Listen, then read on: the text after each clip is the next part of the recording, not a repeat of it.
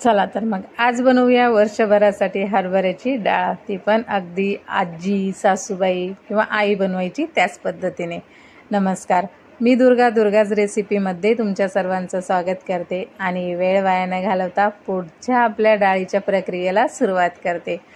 तर डाळ बनवण्यासाठी सर्वात आधी हरभरे महत्त्वाचे आहेत, म्हणजेच गावरान पद्धतीचे हरभरे घ्यायचे, म्हणजे या हरभऱ्याची डाळ खूप छान होती आणि चवीला पण खूप मस्त असते. आणि खास म्हणजे हे आमच्या शेतातले आहेत. हरभरे घेतले, आधी चाळणीने चाळून घ्यायचे, म्हणजे यामध्ये जी माती वगैरे असते ती निघून जाते. जरी चाळणीने चाळून घेतले तरी पण यामध्ये भरपूर प्रमाणात माती आहे, तुम्ही बघू शकता. मी काही निसत बसले नाही, डायरेक्ट पाण्यामध्ये घातले आणि काळ्या मातीतले हरभरे होते, त्यामुळे माती लगेच पाण्यामध्ये विरघळून गेली. अशा पद्धतीने पाण्यामध्ये घालून घेतले आणि नंतर पाण्यामधून हरभरे व्यवस्थित हाताने रगडून धुवून घेतले आणि नंतर एका जाळीने मी काढून घेतले. हाताने थोडे थोडे न टाकता डायरेक्ट मोठी जाळी घेतली आणि त्या जाळीने व्यवस्थित सर्व हरभरे काढून घेतले.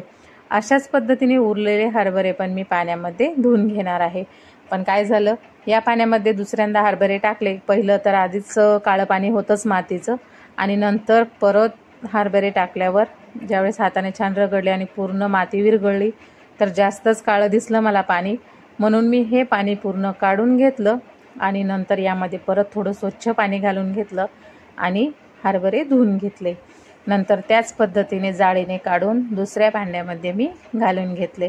अशा पद्धतीने सर्व हरभरे पाण्यामधून काढून घेतले आणि दुसऱ्या भांड्यामध्ये ट्रान्सफर केले. बघू शकता, अगदी मी हे जास्तीत जास्त म्हणजे 40 ते 45 किलो हरभरे स्वच्छ धुवून पाण्यामध्ये भिजत घातले होते. म्हणजे ज्यावेळेस हे भिजले त्यावेळेस 90 ते 95 किलो हे हरभरे झाले होते. अगदी 3 तास मस्त हे हरभरे पाण्यामध्ये भिजत घालून घेतले आणि नंतर दुसऱ्या भांड्यामध्ये हे काढून घेतले, म्हणजेच पूर्ण पाणी यामधलं निचरून घेतलं आणि एका दुसऱ्या टोपामध्ये काढून घ्यायचे आहेत. बघू शकता, अगदी टंब फुगलेले हरभरे आहेत.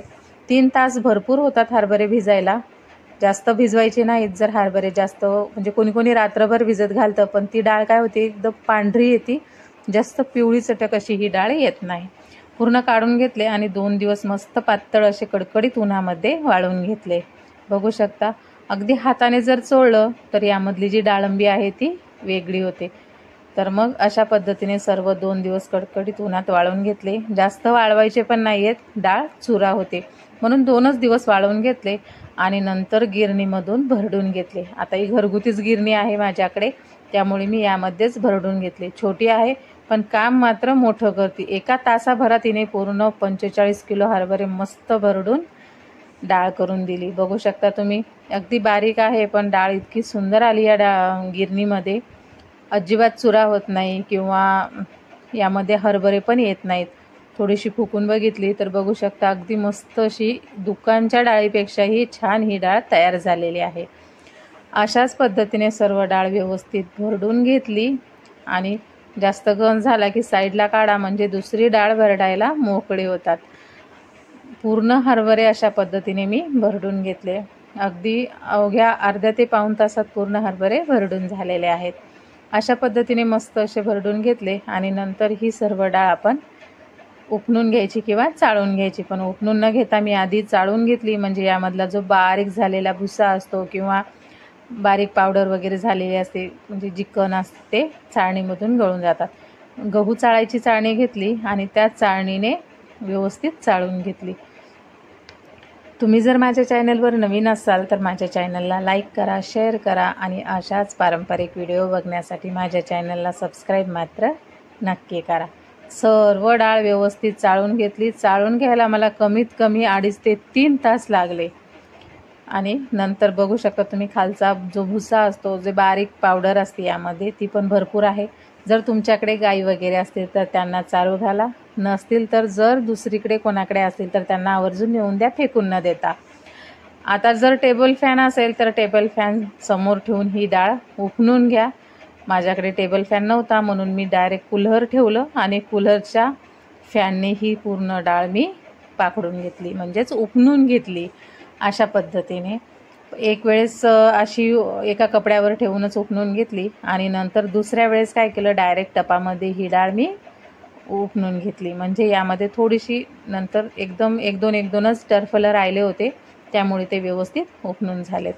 बघू शकता उपणून घेतल्यावर अगदी मस्त अशी सोन्याच्या मण्यासारखी ही डाळ तयार झालेली आहे. शेतकऱ्याचं खरं सोनं म्हणजेच शेतात पिकलेलं धान्य असतं. मस्त अशी पिवळी चटक डाळ तयार झालेली आहे. कोणताही पॉलिश केलेली नाही आहे किंवा स्वच्छतेची व्यवस्थित काळजी पण आपण घेऊन बनवलेली आहे. यामध्ये जर थोडाफार कचरा असेल किंवा यामध्ये एकदम कुठे-कुठेच डाळंबी राहिलेली आहे, जर बारीक हरभरा असेल तर तो पण यामध्ये असू शकतो. नंतर निसून घेऊयात आपण.